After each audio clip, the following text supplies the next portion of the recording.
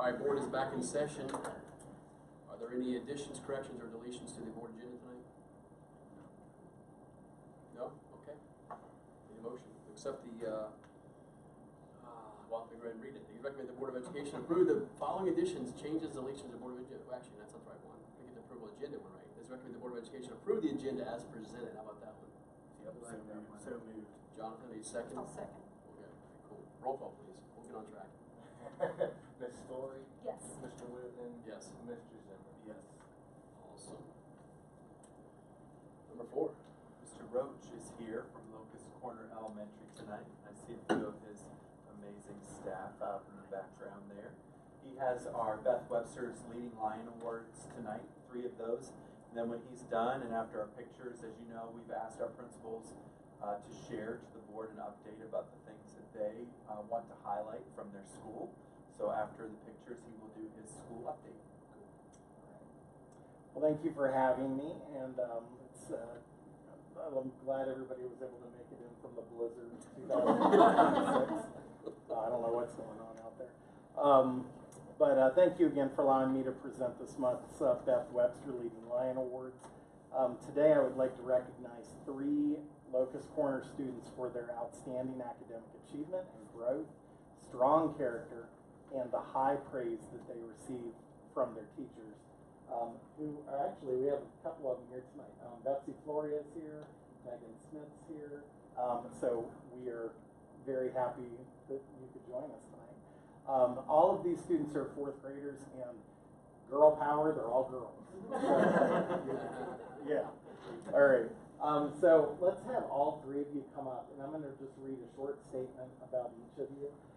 So first we have Paisley Jackson. So Paisley, come on up.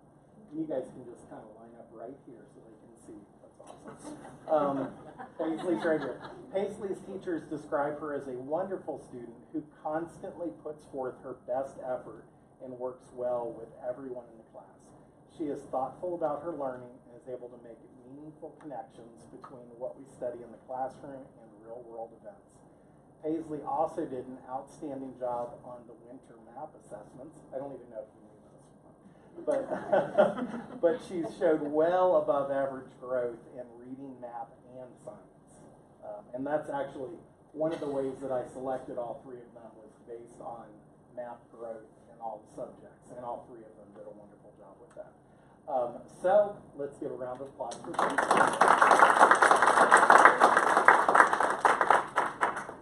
Next, we have Kylie Olson over here on the end, right here in the middle. Come on in here. Okay. Kylie is a student who shines both inside and outside of the classroom. In class, she is a leader among her peers, staying on task, completing assignments, and showing exceptional growth on standardized tests. She is also actively involved in student council and our Kindness Club. Outside of school, and I didn't know this about you, Kylie has shown impressive initiative by becoming an entrepreneur, baking and selling her baked goods at local markets. So congratulations. And next is Amelia Hirsch. Amelia consistently goes above and beyond the expectations of 4th grade. She completes her work quickly and accurately and often extends her learning by creating projects and slideshows to share with her classmates. She also makes meaningful connections to what we are learning, like bringing in her rock tumbler during earth processes lessons, and creating experiments others can try at home. Amelia also looks for ways to help the classroom run smoothly by organizing materials and suggesting helpful systems for the routine of the classrooms. So, very impressive. So, let's give a big round of applause. So, I'm very proud to present you all with your Leading Lion Awards. And then, if you don't mind, we'll go over and take a quick picture after this. So, Kylie, this one's yours. And Amelia, this one's yours. And Paisley, this one's yours. All right, girl power. Come on over, we'll take a quick picture. And then we'll let you guys go. Yeah.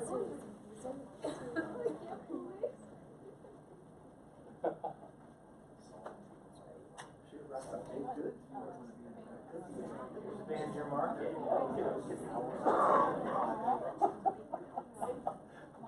Yeah, if any of family members want to come up, you can come up too. Either way, you can just take, or you can take feel free to take pictures too. Yep. You switch to the left. Center. All right, ready? 3, 2, 1. Thank you. You got it? Okay. Good job, girls. Awesome. Good job, girls. Nice job.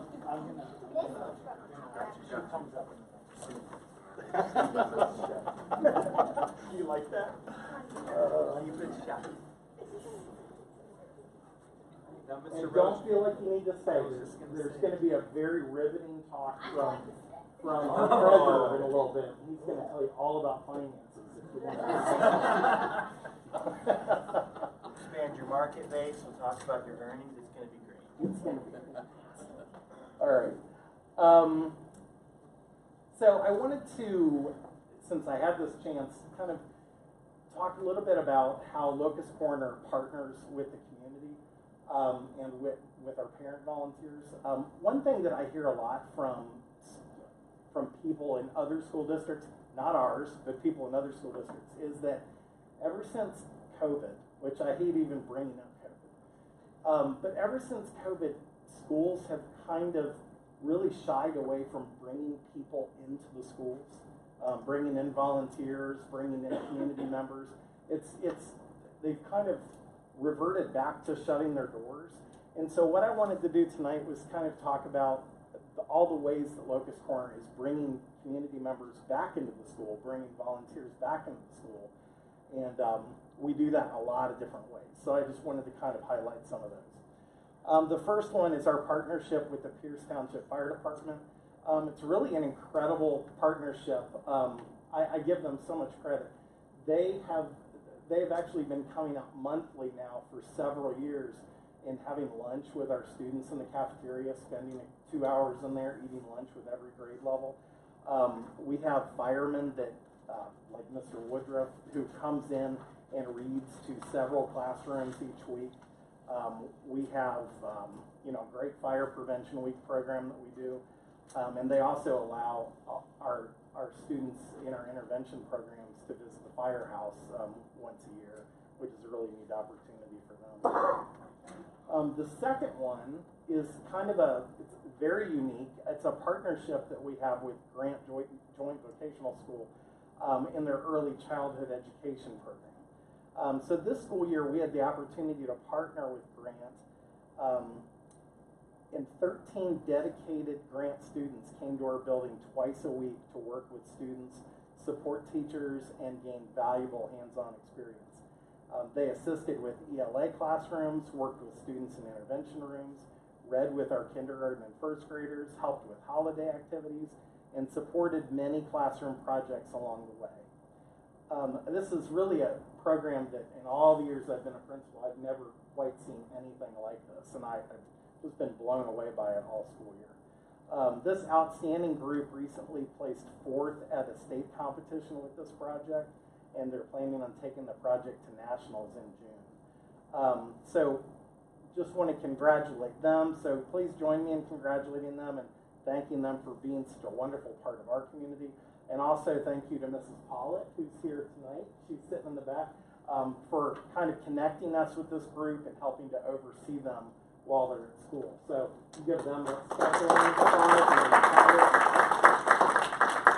Thank you. Thank you. Number 3 is our Veterans Day Reverse Parade.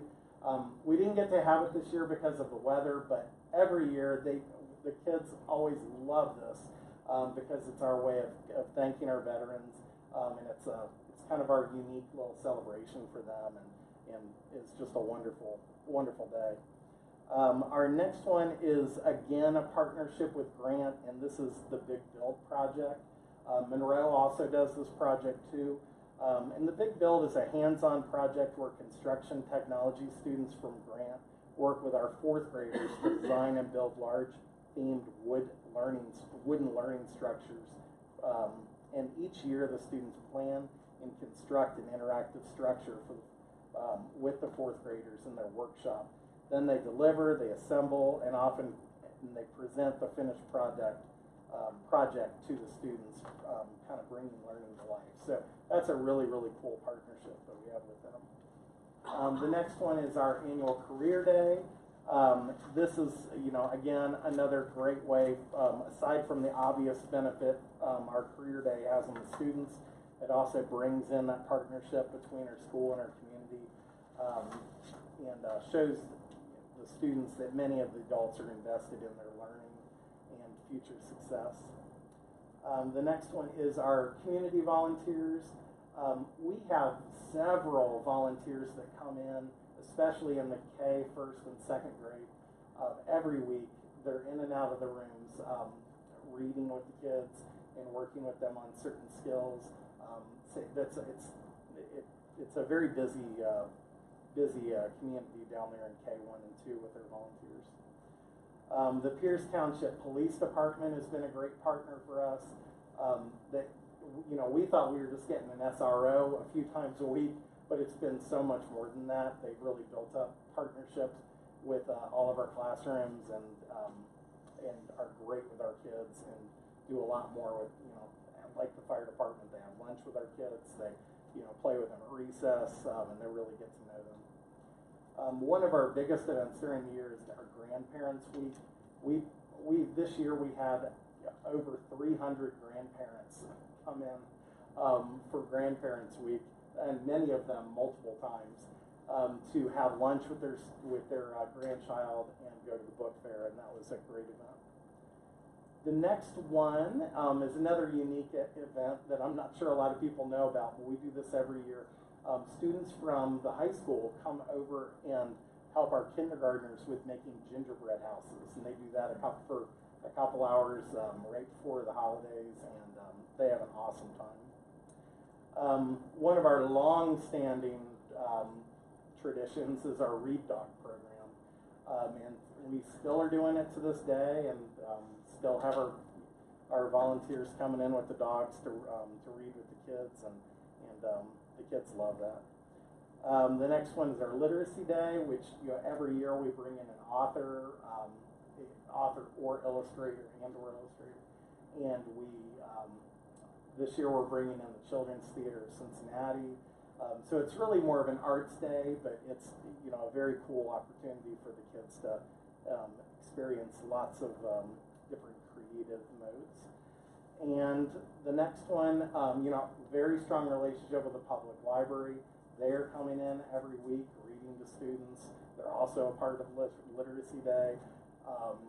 And that's been, even though they have a different director this year, Mrs. Buskey's not there anymore, but they have a new director, and she's been just as wonderful as Mrs. Buskey. And then the last thing, I didn't know if a lot of people realize there's an art display at the Pierce Administration Building. Mr. Cook, our art teacher, takes artwork down to the admin building and displays it up there, and it's pretty neat too for our kids.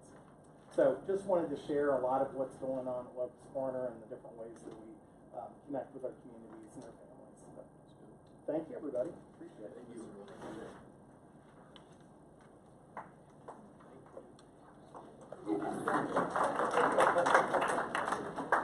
Thank you, everybody.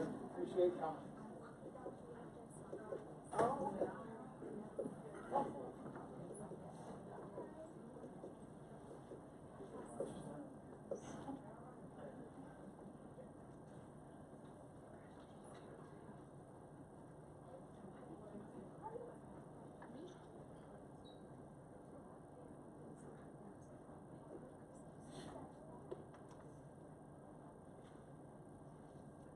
I'll do the recognitions during my presentation. Okay. So move on to item number 5, public participation. Do we get any? Item 6. Just our monthly superintendent's update. Just a few things to share. One is we have some employee recognition to talk about. Just an update on adult education and where we're going in our new partnership with Grant. Just taking a look at office referrals, discipline snapshot. It was our, in order to provide the board a quarterly update, taking a look at just how we're doing. Facilities, we do have some facilities issues that we need to discuss. Strategic planning is upon us, that was a priority of the boards. And then there's a factual newsletter and graphic that Mr. Schenken will talk a little bit more about tonight. So we have the Claremont County Dinner of Excellence is upon us, and that is where all of the districts in Claremont County are invited and are asked to submit 2 employees. You know, if you think about it, one in the certified realm and one in the classified realm. This year we are proud to announce that Pat Crowley has been selected. Mr. Crowley has been teaching, get this, for 37 years, 37 years. And we have instructional rounds in the buildings, and Mr. Crowley is consistent every day. He brings a spark to his students. He works extremely hard, like all of our staff, and we are just really excited to celebrate him this year at the dinner. And then our second employee to recognize is Jimmy Hetrick, 35 years in the district, retired once, he's back again, second tour of duty. And they will really talk about his compassion and care for district resources. Jimmy really believes in making sure we do everything we can to spend our money wisely and to fix things appropriately in the right way the first time. Our employees of the month, fitting that Locust Corner was here, we got to recognize Alicia Bach, and what a joy it was to recognize her. Well, all of our kindergartners there, if you saw the picture, she got to take a picture with all of our kindergartners. She's been leading the kindergarten team at Locust Corner for over 10 years now. Her guidance has been instrumental in supporting our youngest students as they begin their journey. She constantly puts her students first, creating a caring environment that makes every child feel valued and supported. She works tirelessly in and out of the classroom to better both her building and the district as a whole. And then I'm sure if you've been to a sporting event lately, you will see Tanya Humphreys. She does work in our special education department. She is officially an aide, but she is much more than that. She is instrumental to student success both in and out of the classroom. She commits an extraordinary amount of time outside the school building to helping anyone and everyone she can, whether she's working the concession stand at the athletic events or assisting Lions reach out and giving back to our community. Her willingness to go above and beyond makes her a perfect example of what it means to be a Lion. So we got to, amongst the chaos of last week and the fire drill, we ended the day celebrating these 4 extraordinary staff members. So we are excited to highlight them. Adult education, so if you remember the old virtual space downstairs in this building, we're progressing along and turning that into a HVAC training program. There really is nowhere in this part of Claremont County or the area for adult education. So remember we talked about adult education, we do target 16 to 24-year-olds, and then anyone older that may have lost a job because they need to be retrained. This goes along with our work with Ohio Means Jobs Readiness Center, but we're looking at building a lab downstairs. And as you can see this picture on my left, probably at right at home, with the casters there, that's a training simulator. That is a home, what we typically think of a home unit, and both the inside and the outside parts there, what you would find in the home and outside the home, and that is a training center. So that is what we are targeting. This will not cost the district any money other than the use of our space, because it will be for adult education. If we have enough students that would like to do this, it can be an option for it to be done during the school day. Instructor and resources would come from our partnership with Grant Career Center. Remember, they have adult education as well as what people think of as their day program for our typical high school students that are pursuing a career outside of school. I just want to say that these are both calendar years, so I took a long view of this.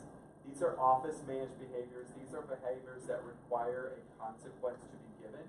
So you'll see from 8-1 to 3-12 of both calendar years, 25-26 by grade level there, you see 711 referrals that required some type of office management or consequence to be given. And then compare that to 24-25 and you see 1,125, which we see a decrease of about 36%. I will continue to say that I believe having cell phones out of the classroom difference. There is still a lot of work to do. We are continuing to work at the middle school in our PBIS redefining and those tier 1 behaviors, but we don't take a broad brush and change the data. This is exactly pulled out of Public School Works. So, and again, these do not include the bus. So we exclude the bus. These are consequences. Generally from the bus, it could be a short-term suspension, it could be a warning, it could be a phone call, or it could be a lengthy suspension if you don't follow the safety rules of the driver. All right, on the facility end, as we've been talking a little bit about, we will have an electronic sign that will be paid for by the Appalachian Community Grant. Okay? It will not say New Richmond High School, it will say New Richmond Schools. One of the reasons we believe that's important is we can highlight events. If Monroe is having a literacy night, if Locust Corner is having some type of event, we can highlight those. The sign belongs to the entire district. So it will be paid for by the grant, and we will make sure everything says paid for by the grant. One of the things we've been doing is selling our assets. We've had 3 that have gone out to Gov deals. That is where we sell. So we have 2 trucks that are pending and 1 that had to be rebid. If someone backs out, they are not permitted to go on Gov Deals and buy the big, white, beautiful truck. I want it off of my view every day. It's an eyesore. And tonight we will ask you to approve removing 3 buses. So 3 buses with about 200,000 plus miles on them. It's time for them to be retired. And then there's also a camera on there. And then finally, we are in the process. Monroe Elementary has a significant need for a portion of their roof to be fixed. That is out for bid. It is part of why we have to live within our budget. We talk about unexpected expenses. I think in the work session we talked about our Duke bill. Roofs fail. It doesn't mean we're not maintaining them. They're flat roofs. Flat roofs do not last as long. I'm appreciative to Laura Perry, Jennifer Mills, and Logan Wagner because they're hanging in with us. They know we're working on it. It will be a summer project. There also is a need around one of the AC towers for a pretty significant repair. So these are all out to bid. We're probably looking at somewhere between 180 and 300,000, but it needs to be done.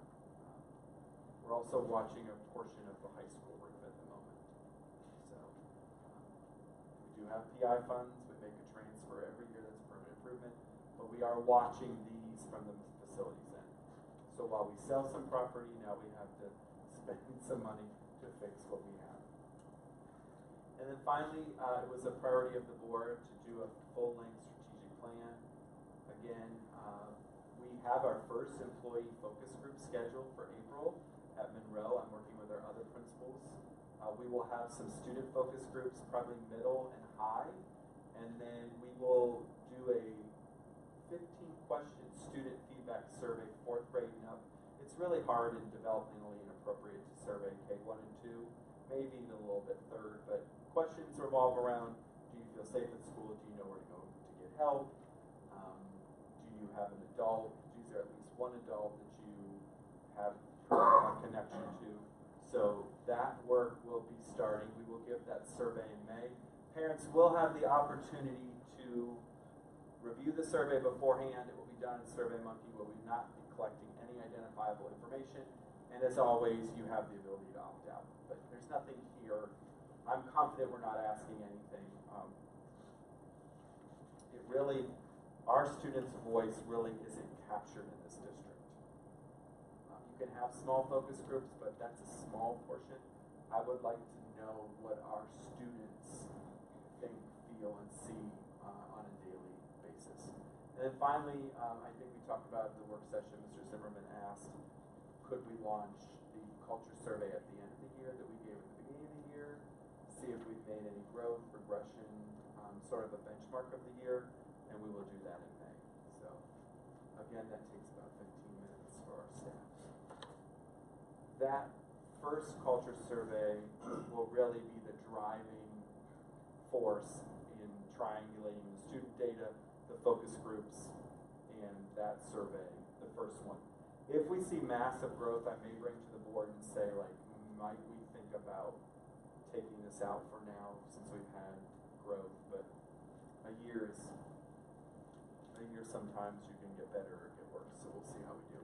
And then tonight Garth will talk about our factual campaign continues. Remember, the Auditor of State says that we are allowed to equip our voters with facts. We are not allowed to advocate.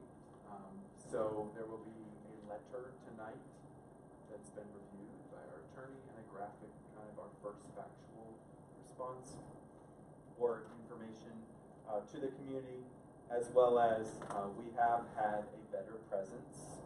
We know that not everyone gets their information from Facebook, but we've had a better presence on Financial Fact Friday. So I think that's been I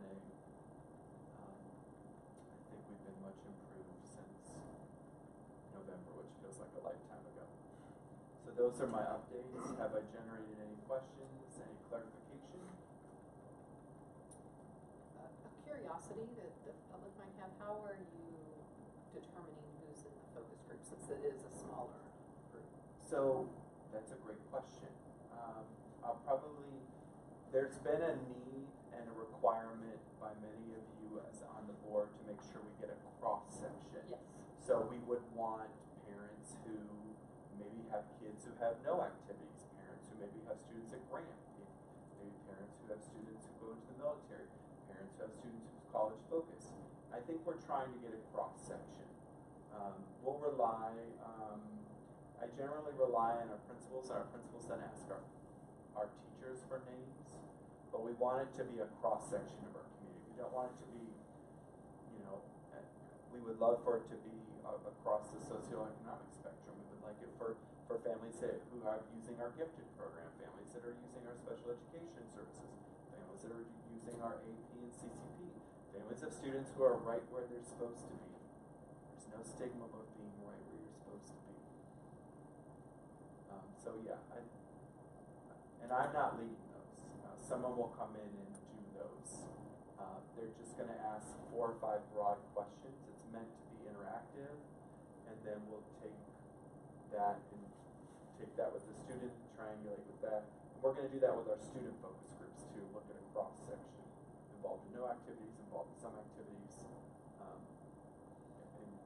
put them in get parent permission. So if we choose a group of like 20 kids at the middle school and 20 kids at the high school, we obviously will also get parent permission to make sure we have to include the voices, and I think that's why it's important to do the whole feedback survey for kids. So what if the feedback survey is very different than the focus group? So you're looking at trying to look for your patterns and themes, right? We never call out individual names or individual processes. We're looking for patterns and themes. You get better from patterns and themes.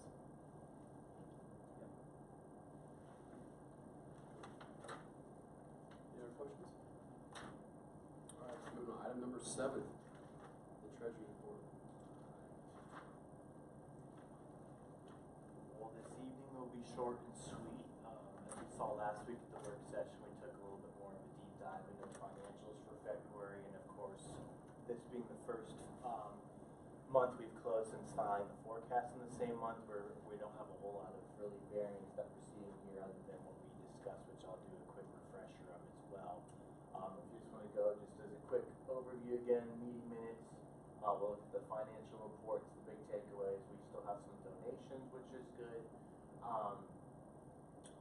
The only approval for contracts is the copier lease agreement, which I also gave you the heads up on last week. That's just to right size our overall equipment usage and save some money on outsourcing repairs for things we own. Mr. Daniels hit the topic of disposal, and I will second that. I'll have less eyesores. That's always good for us. A couple bucks in our pocket.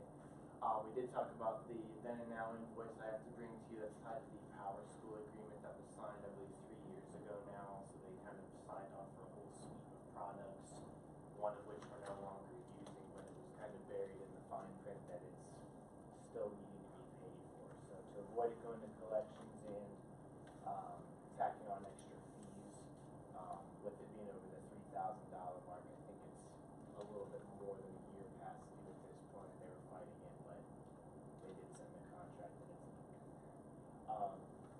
also to give you the heads up on the 403, 457 plan vendor and the board update, it's the company that I used at my previous employer, but I think would be another just nice menu item for the current staff here. And again, some of the key takeaways, their advisor fees are extremely low. They're a flat 1% versus anywhere from 2.5 to 3 that you'll see from a lot of other plan vendors. They don't have any surrender charges if you say, I don't like what I'm getting out of the deal.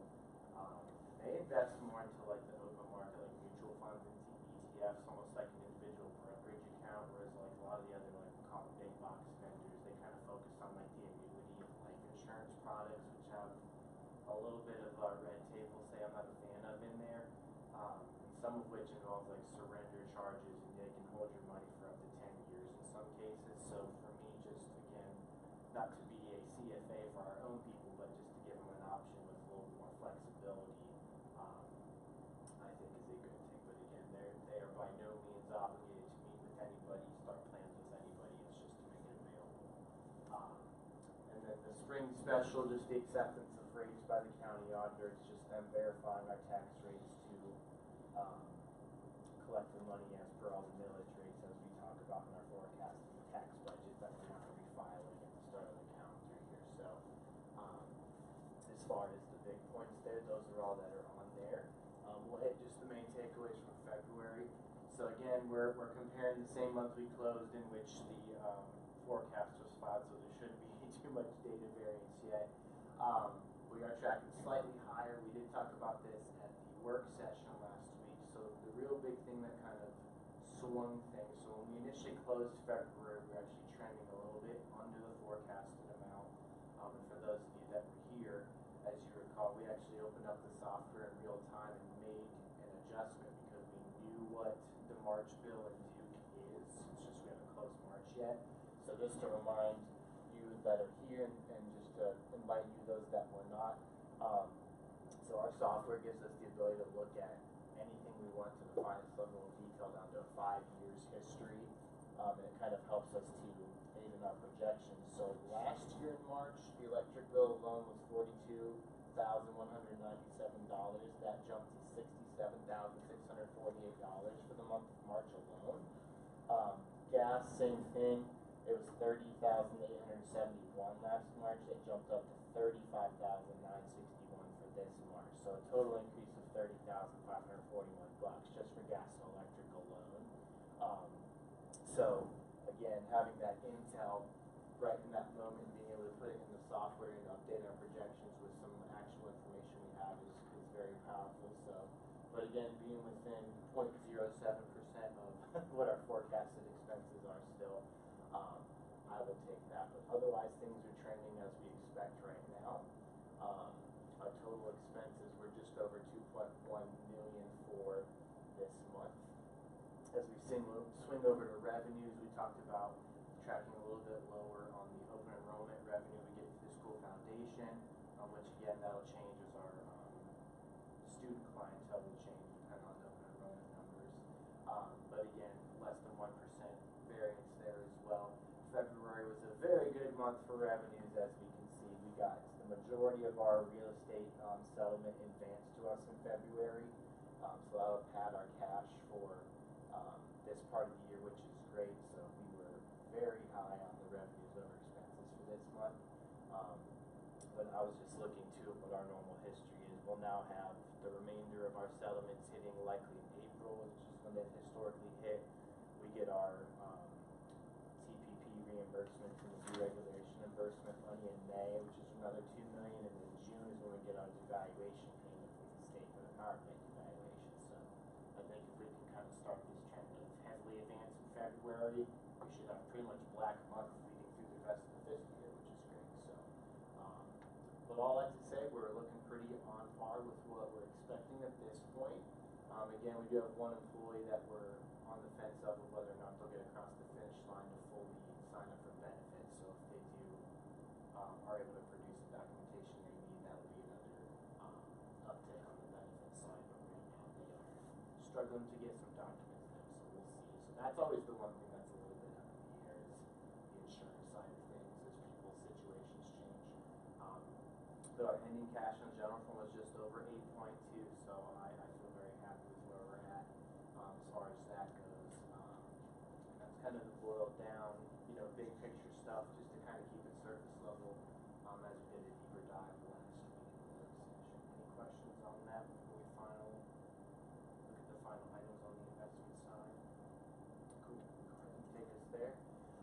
So we're looking a little bit lower in the year-over-year comparison, so I did a little bit of research really quick. So Star, Ohio is where most of our money is parked on the investment side.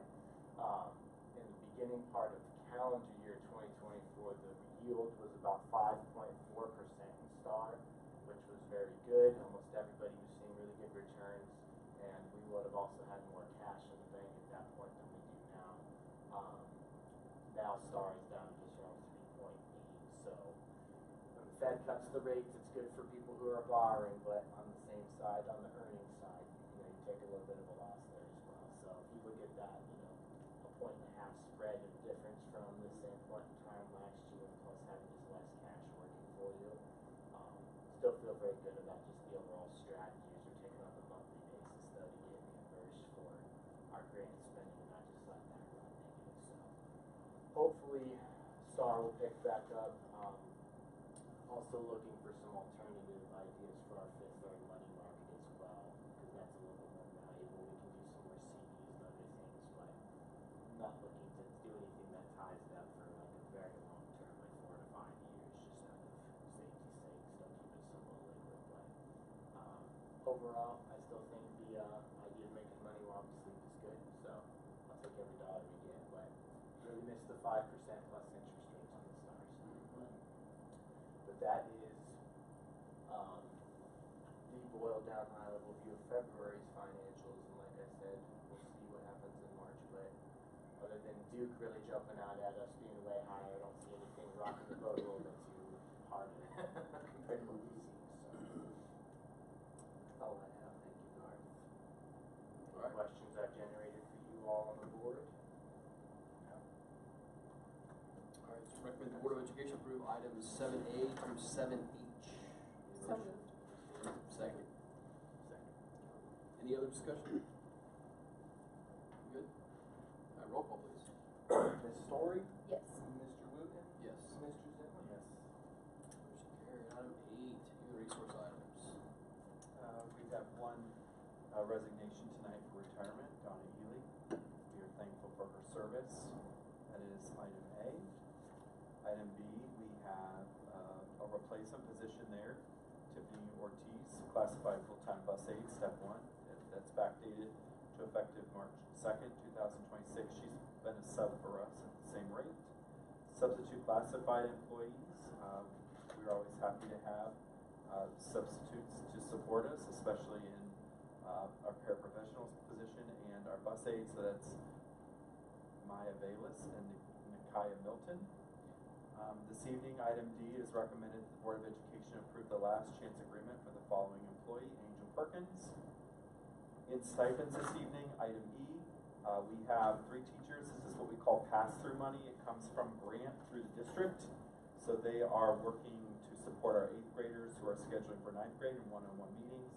They will receive the stipend from Grant, Kelly Gabriel, Caroline Coulter, and Shelby Atkinson. And then finally, 2 items there. We have adding an intervention tutor, Devin Canavy, for middle school math. And then item G on the supplemental contracts, there's really just 2 items. We're adding for middle school track, Rebecca Sanders. And then for Trent Davis, he was already hired, but we need to move him from the pole vault to the assistant coach for high school boys and girls track. Those are the human resource items this evening. Recommend the Board of Education approve items 8A through 8G. So moved. All right, I'll second. Any discussion? Roll call, please. Ms. Story? Yes. Mr. Wooten? Yes. Mr. Zimmer? Yes. All right, item number 9, first reading of policy. Yeah, so this is new to us, and this has to do with Ohio House Bill 10, and it is banned. You have it in front of you.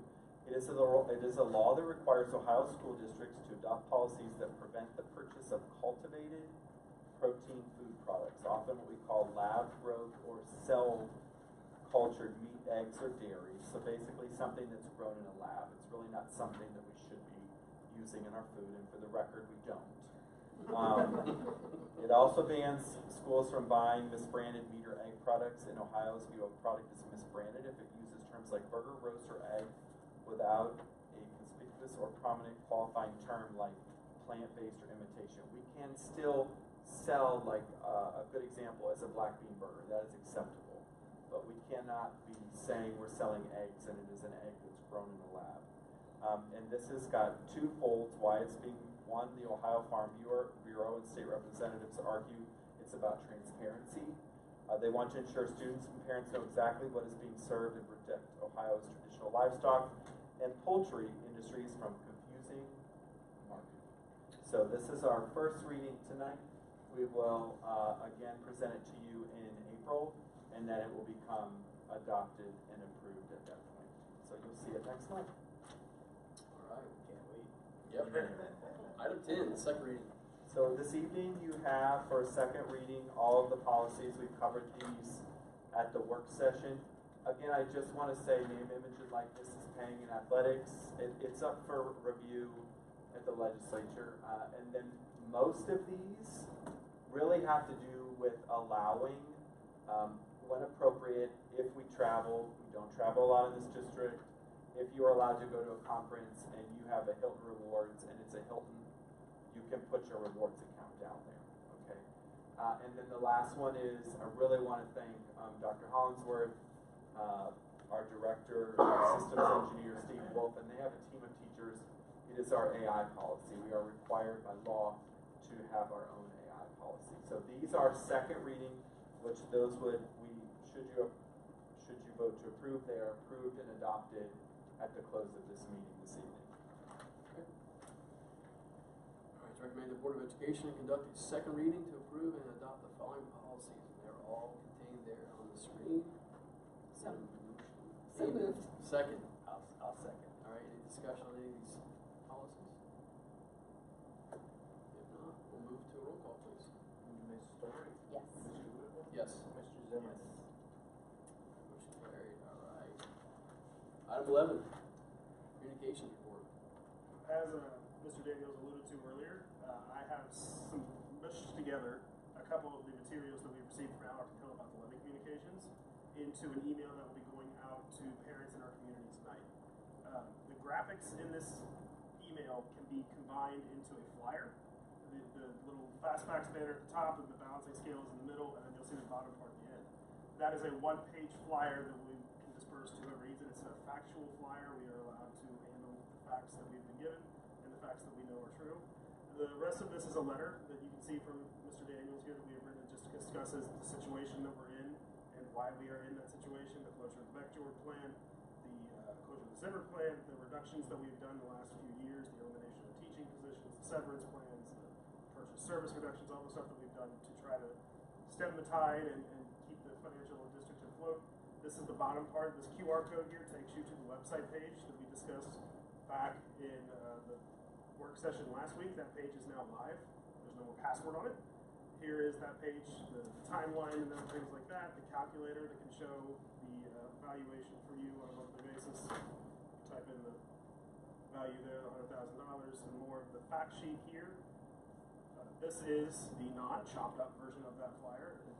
It can be viewed. And then I believe we also have the full FAQ document linked here that we all came up with. So this is a graphic version of some of those frequently asked questions that we've been receiving. All of this stuff is available on the website at the top under the 2026 property tax levy button that's up here next to the community resources tab. So this will go out tonight. Wonderful. Thank you. All right, move on to item number 12, board discussion. Anyone on the board have anything to discuss tonight? I think we should move the May meeting, the May work session back to the Monday because we moved it for another event that got rearranged. Just to stay on. I think that's a For me wonderful personally, idea. I won't be able to make the Tuesday meeting, so. I think we need to put it back. The conflict has resolved itself. Yeah. And speaking of that, on your desk this evening is, Mr. Shanklin will be sending this out, may have done so already. I want to know, does the board, no pressure to attend, would the board like invitations to all of these events so they are on your Google Calendar? I'm happy to do that for you. not that you're pressured to attend, other than graduation. I want you to know what's happening, so It's helpful. okay. So I will make sure these events get on your calendar this evening. I had 2 items. I think I just want to gauge the board's, from a facilities perspective, we don't see a conflict or in our board policies, but the district has been approached about allowing shuttling from our property up here, I say high on the hill, down to the 4th of July fireworks. And so we just want to make sure we're in alignment, we're not violating any board policies. We want to make sure the board is okay with that, since there will be some conflict with parking due to the Liberty Landing project. They have the property insurance and all that, correct? Yeah, we will make sure. I will have Luke make sure they have what they need. And then, I didn't mention it during human resources, but I just wanted the board to be aware, the same processes from last year are being followed. Complimentary exit interviews are being presented to everyone that is choosing to leave the district. We do have some retirements at this point and 1 resignation. So there are 6 individuals that have received an invitation. Remember that for the general public, not the board, because I know the board does know, they are voluntary. You can do it through a one-on-one meeting with me, or you can do it through a Google form. I usually ask 3 times, and then I abandon ship. I will say that the things that we learned last year had an immediate impact on how we onboard employees, and I think it's paying dividends. I think it did, but my view could be jaded. So, but those are the things that are, we are doing that again, because every time that we can lean into our employee experience, whether we are doing things well or not so well, or growing and getting better, it improves the overall health of the organization. So I wanted you to know those, in case employees reach out, they are 100% voluntary. I have 1 confirmed. That's all I have. And the Roar on the River, The Roar on the River is the car show, right? May 5th? That's right. I don't think that's right. I think I want to say it's the 16th. No, 60, okay. All right. May 16th is the car show. I don't know the exact time, but that's what I have on my calendar. And that doesn't conflict with any of our, we're hosting at least 4 track meets on site. Most of those are April. And then the next week is our big week with the divisional track and graduation. So we are working and hustling to be able to sell some of our surplus athletic equipment that is no longer allowed to be used. That is a goal, to get a tent out there and to get that, get that off of our hands. there's a Facebook page for Roar on the River. Yeah, that's true. I do think they're doing a great job sparking interest for the event. I think so. And it does go back towards athletics. And I am still researching, as requested by the board, both pay-to-play and the family cap, as well as I think Mrs. Story, it was you that asked, what are we doing for band, choir, performing arts? I did have those conversations. There are fees for those. What I've been, Kelly Merritt, we talked, she's not aware of anyone charging a fee for drama, but she is running a profit. But I am going to ask my fellow superintendents in Claremont County, are any of them charging a $25 or a $50 fee to be in a dramatic performance, whether musical or not? So the band, I believe, is $70 for one and a $100 family cap. And I think there's some in there for choir too. And they work the concession, the band, parents work the concession stand all basketball season. So, yeah, so there's equity. I think that was the concern, is there equity here and there? There's equity there. So I wanted to double back that I had completed that research. And I'm working on the drama. That's all I have. Anything else? Pretty good. All right. All right, moving on on to number 13, executive session. Recommend the Board of Education enter into executive session for the purpose of consideration of employment of the public employees, code 121.22, paragraph 1. Need a motion? So moved. Amy, second. Jonathan? All right, roll call, please. Ms. Story? Yes. Mr. Whitman? Yes. Mr. Smith, yes. Yes. That will conclude our public meeting for this evening. Thank you all for everybody showing up. Hey, we got one in with the lights out on. Oh, yeah. Yeah, thanks for the time change.